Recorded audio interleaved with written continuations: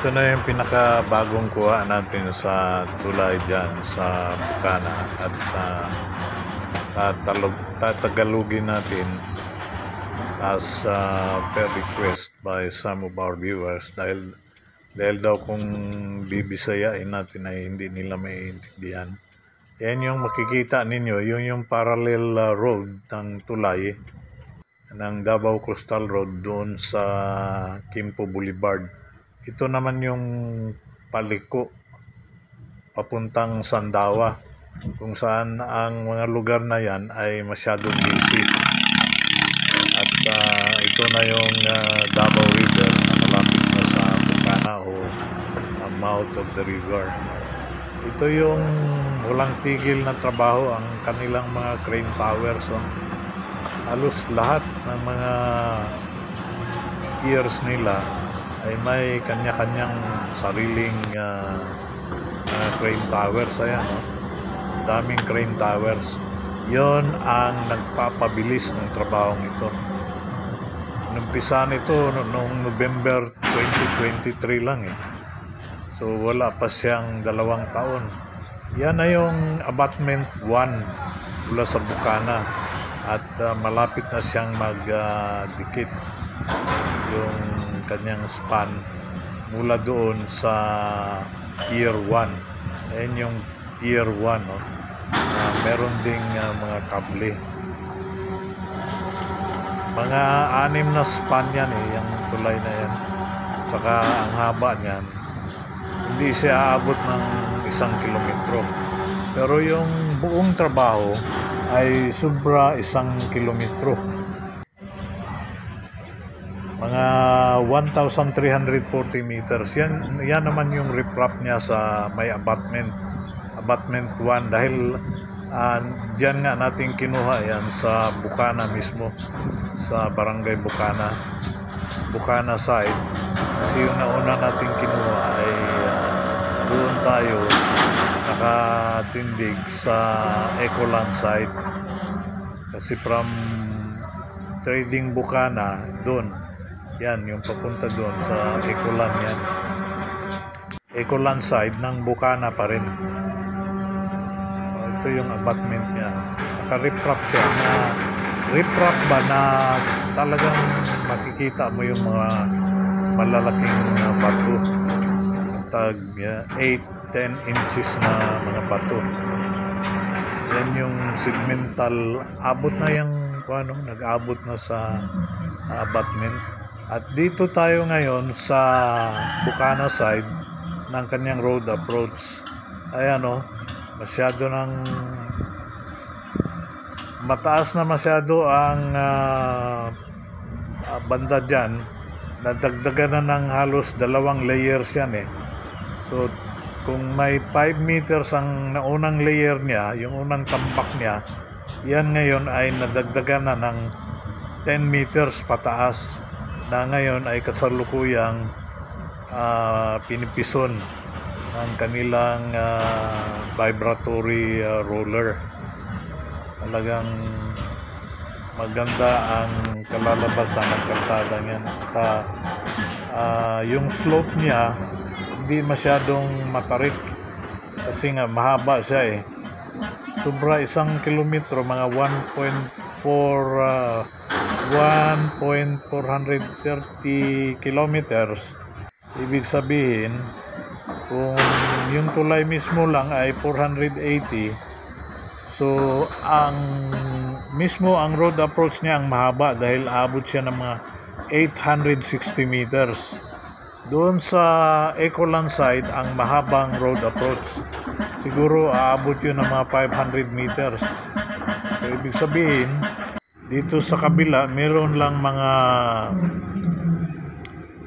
500, 860 meters lahat At yan, yung road approach na yan, aabot lang yan siguro mga 400 meters lang din.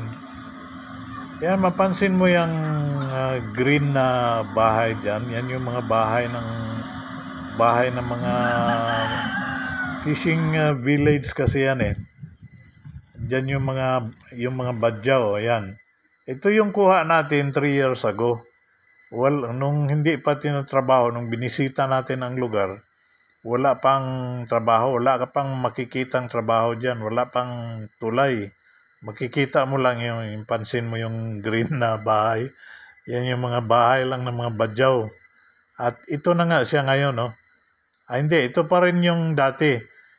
Yung kuha natin mga 3 years ago. Yan, yung wala pang ginagawang tulay dyan. Yan yung mouth of the river, ng Davao River. Yan yung Bukana nga.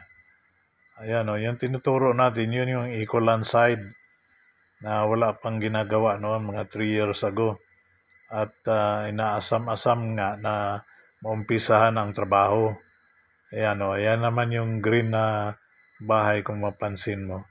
Ito pa lang yung umpisa ng paunti-unti na tambak nila. Doon, yan yung papunta sa Bukana Trading Boulevard. Ngayon, ano na yan?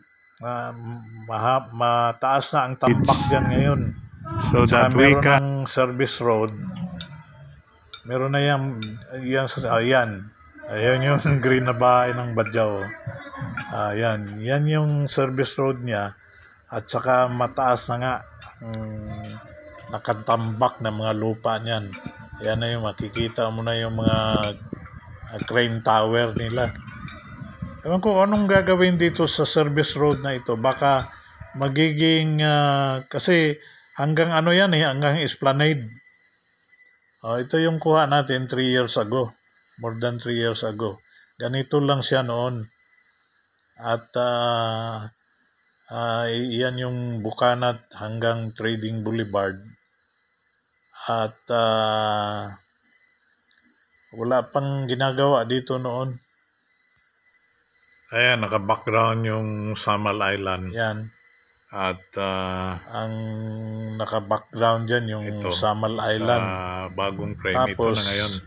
Ang nangyari, ganito na siya ngayon. Mataas na yung tambak ng lupa. Mataas na yan. Saka yan na yung downhill, uphill road approach. Papuntang tulay mismo.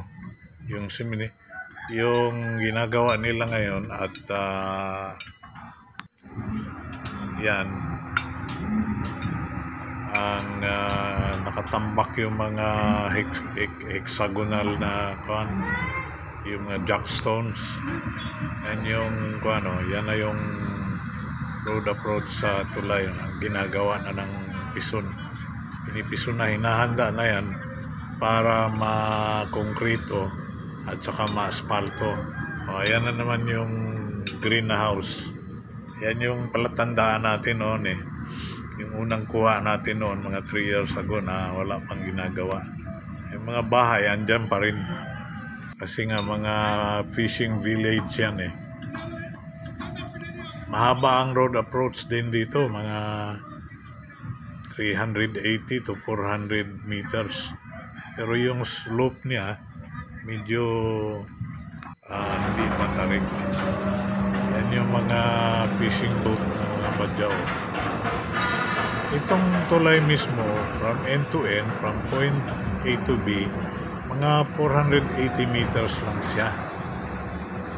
Mas mahaba yung road approach na elevated na ngayon ng mga up to 15 meters.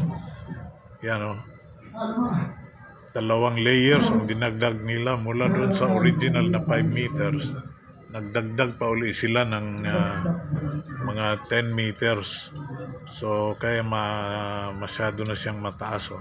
Nasa ilalim na yung mga bahay ng Badyaw. Yan, naka-riprap siya na talagang riprap. Mas maganda kasi tingnan kung naka-expose yung mga bato. Ayan Ito yung sinasabi kong service road na didikit yan doon pag right turn doon. So yun nga, pagdating mo doon sa mismong konkretong tulay, kung kakanan ka, yun na yung magiging esplanade niya. Esplanade. Yan yung crane niya na walang tigil sa pagtrabaho. Yan ang isa sa nagpapabilis ng trabaho eh. Halos lahat ng span niya ay merong sariling crane tower. 6 na span siya, merong 3 crane tower na abot lahat. Yan yung road roller na vibratory. Nahanda na yung base ng road approach. So hindi magtatagal, simentado na rin yan dyan at saka may overlay ng asphalt.